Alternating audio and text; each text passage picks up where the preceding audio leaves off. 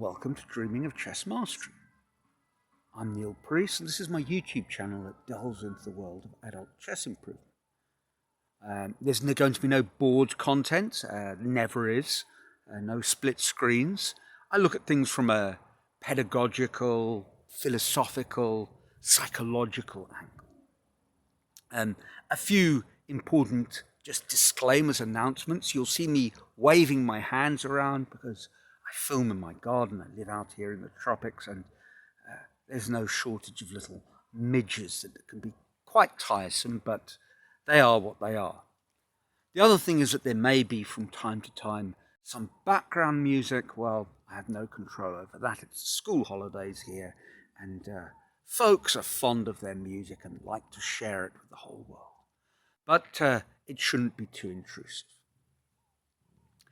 This week I've been rereading, and I hope I get the title right, Grandmaster Structures, a book by the Chilean, based in the US, Grandmaster Mauricio Flores Rios, and it presents about 140, 150 odd games, positions, where it offers standard plans for both colours in the major pawn structures that one encounters in the most played openings. Very interesting book, highly recommended.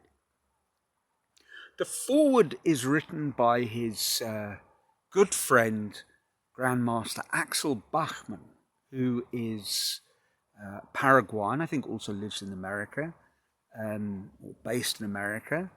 But he's Paraguayan, and they played together at a university, for a university chess team on a scholarship in Texas. And their approaches to becoming grandmasters were very different. Flores Rios took a very deliberate analytical approach. Axel Bachmann had a quite different way of looking at things, almost, I hesitate to use the word superficial, but a sort of quantity over quality, let's put it that way, approach to his analysis as he mastered chess. And in fact, his approach, in a sense, inspired this book, Grandmaster Structures. And in the foreword, Bachmann describes how he would play through game after game, hundreds of them, and he makes a suggestion that really he saw pretty much for a long period of time. He'd play through pretty much any game played in a significant tournament anywhere in the world, which of course is possible these days. And when he said he'd play through them, this was a very fast process. He'd sort of scan the games, pick up the basic idea, the plans that were at play, that were confronting white and black, and this enormous volume of games enabled him to eventually build up a tremendous intuition as to which positions were better for which side, what plans would work, when they'd work, and perhaps also why they'd work, what the sort of pointers were. Because in any opening position, one generally has a number of possibilities at your disposal, and some of them work and some of them don't. And it's these, as they say, the devil's in the details. And it was a sort of a revelation, really, because, well, not that someone would have done that they'd play through all these games. And I think that's probably to be expected. But the revelation in the foreword, I think it was the foreword, perhaps it was in Flores Rios' introduction, never mind. The revelation was that the number of games that Bachmann played through in this period of his chess growth was actually given, or at least a sort of a rough estimate. And it was astonishing. I guess this week's video is a sort of a part two to my last video, where I discussed Alexander Fehr, the Brazilian grandmaster, probably fairly similar strength to Bachmann, and his approach as a youngster, which was solving puzzles, and thousands of them, tens of thousands of them. In the case of Bachmann, he estimates that he played through well over 100,000 games in this approach of just superficially, quickly whizzing through the game and getting a feel for what happened. And that caught my eye.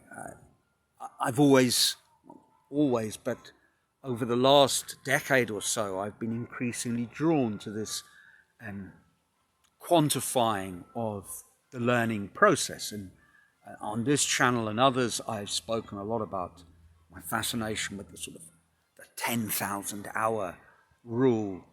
It isn't a rule, but idea as presented by Malcolm Gladwell, popularized by Malcolm Gladwell in his book Outliers, and sort of fleshed out in detail in Anders Ericsson's book Peak. Now, in the case of Grandmaster Bachmann, playing through well over 100,000 games, it sort of, well, I was curious, how long would that have taken? It's not a difficult calculation. I've simplified the numbers to make it easier for us to illustrate the point. But let us imagine that it's 120,000 games.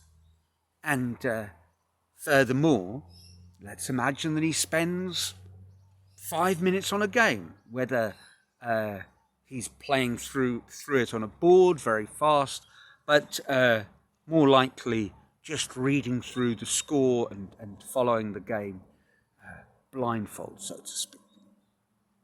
Well, 5 minutes a game, that's 12 games an hour, and that's a very handy little calculation, simplification. 120,000 games comes neatly to 10,000 hours. Now, of course, this is probably wildly inaccurate, but I don't think by an order of magnitude. I think it gives us a good idea of how much work he put in, and he did that over the course of his undergraduate, and perhaps he did an MBA afterwards, postgraduate studies. I'm not sure of his educational background, but that's a couple of thousand hours a year, 5-6 hours a day for 5 years. And that took him from being a promising, strong university player, probably master strength already, I'm sure, to becoming a 2600 strength grandmaster. Now, as I say, I've obviously grossly oversimplified this, but it certainly does give us some idea of the scale of the work that he did. And I thought about my own chess development and considered my high school years. Would I have played through 10 games a month? Maybe 15, maybe a bit more than that. 15 to 20. So that's somewhere between 150 and 250 games in a year that I would have played through. You might argue, but Neil, weren't you analysing them, reading all the annotations carefully, going into minute details. And if I'm being truly honest, as far as I can remember, no, I wasn't. I'd play through the games, I'd play through some of the variations, but I don't think I was spending more than 15, 20 minutes on a game. And there you have it. That's the difference between being a strong club player and becoming a strong grandmaster. Well, obviously, it's not the only difference. There will be many others. And I guess, just as when I was discussing Alexander Fear and his problem solving, and if you missed that video, the sort of elevator pitch version of it is from the age of maybe 8 or 9 to somewhere between 12 and 14, he worked through a number of classic puzzle texts, Maxime Bloch's combinational motifs, the famous Polgar 5,334 problems, Kasparian domination endgame studies, domination in 2,545, I think it is. So, 10,000 puzzles. But he must have played through loads and loads and loads of games as well. In the same way that, no doubt, at some point, Axel Bachmann, besides playing through games and playing lots of chess, probably solved many problems. But I think when I put these two together, the path to becoming a much stronger player is pretty obvious. You need to play a lot. How much is a lot? Well, in the woodpecker method, the famous Axel Smith tactics workout, in the introduction, or somewhere, he talks about Arian Tari and his big improvement as a junior came after a period when he was playing in the region of 200 classical games a year. So, how much is a lot? Well, that's a lot. If you want to become a really strong player, you want to reach the very outer limit of whatever your potential might be, whatever that might mean. It means playing hundreds of games of classical chess, analysing them afterwards, preferably with a stronger player, a coach, but certainly spending a lot of time on them. It means solving tens of thousands of puzzles and playing through tens of thousands of master games. And of course, we as adult chess improvers, for the reasons of the pressure of our lives, don't do anything close to that. And yet then, people draw the conclusion that the ship has sailed, that it is no longer possible as an adult chess improver to make astonishing improvement. Because somehow neuroscience is no longer on your side. It was when you were a kid, but it isn't anymore. Of course, I would argue that might be true to some extent, but the really big problem is that we are not and never have done the work that is necessary to become significantly stronger. I've spoken about this a lot before. I don't think it's a revolutionary idea that I'm presenting. But, of course, the corollary is that if we take this idea seriously and we do the work, then why wouldn't we make enormous strides in our chess understanding and performance? I think we would. Anyway, let's do it and find out.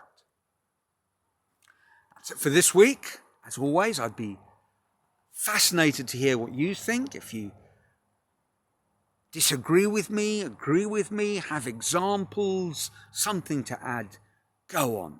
Pop in a little comment. Otherwise, I trust you're enjoying your chess, life's treating you well, and until the next video from sunny Brazil.